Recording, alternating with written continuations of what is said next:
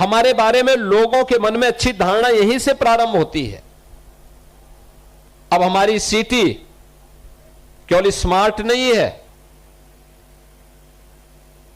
अब हम उसको स्मार्ट सिटी के रूप में, सेफ सिटी के रूप में और एक सस्टेनेबल सिटी के रूप में उसको आगे बढ़ाने की दिशा में आगे बढ़ चुके हैं।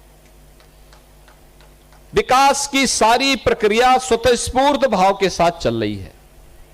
यही फर्टिलाइजर कारखाना आज से 6 वर्ष पहले बंद स्थिति में था। सारी गतिविधियां 1990 से बंद थी।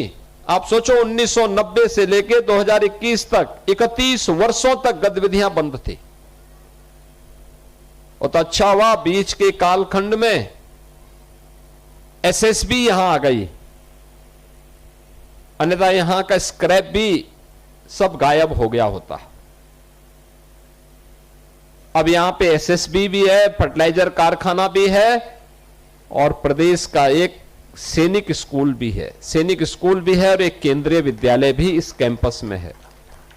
केंद्रीय विद्यालय के नए भवन के लिए भी हमने पैसा सैंक्शन कर दिया है। एक ही कैंपस में इतनी गतिविधियां एक साथ उपलब्ध हो रही हैं और इन गतिविधियों को आगे बढ़ाने के साथ ही यहां पर बेहतरीन सुविधा, तो ये पहले फेज का काम हुआ है। अभी इसको विकास की बहुत सारी संभावनाओं के साथ हमें आगे बढ़ना है। मैं स्वयं भी पहली बार यहां पे आया हूं देखने के लिए। हां, मैंने ये कल्पना जरूर की थी और मैंने ये पर्यटन विभाग को कहा था कि भाई उस ताल के बारे में, क्योंकि जब प्रधानमंत्री जी ने इस फर्टिलाइजर कारखाना का शिलान्यास किया था तब मेरे दिमाग में आया था और उस समय केंद्रीय मंत्री श्री पीयूष गोयल जी ने भी मुझे कहा था कि योगी जी इस वाटर बॉडी के बारे में कुछ करना चाहिए, क्योंकि फर्टिलाइजर को जल की आपूर्ति भी यहां से करनी थी और इसके पर्यटन विकास की दिशा से भी इसको आगे बढ़ाना था। इसीलिए हम लोगों ने उस समय प्रयास प्रारंभ किया जो मूर्त रूप ले रहा है। उसका पहला फेज है।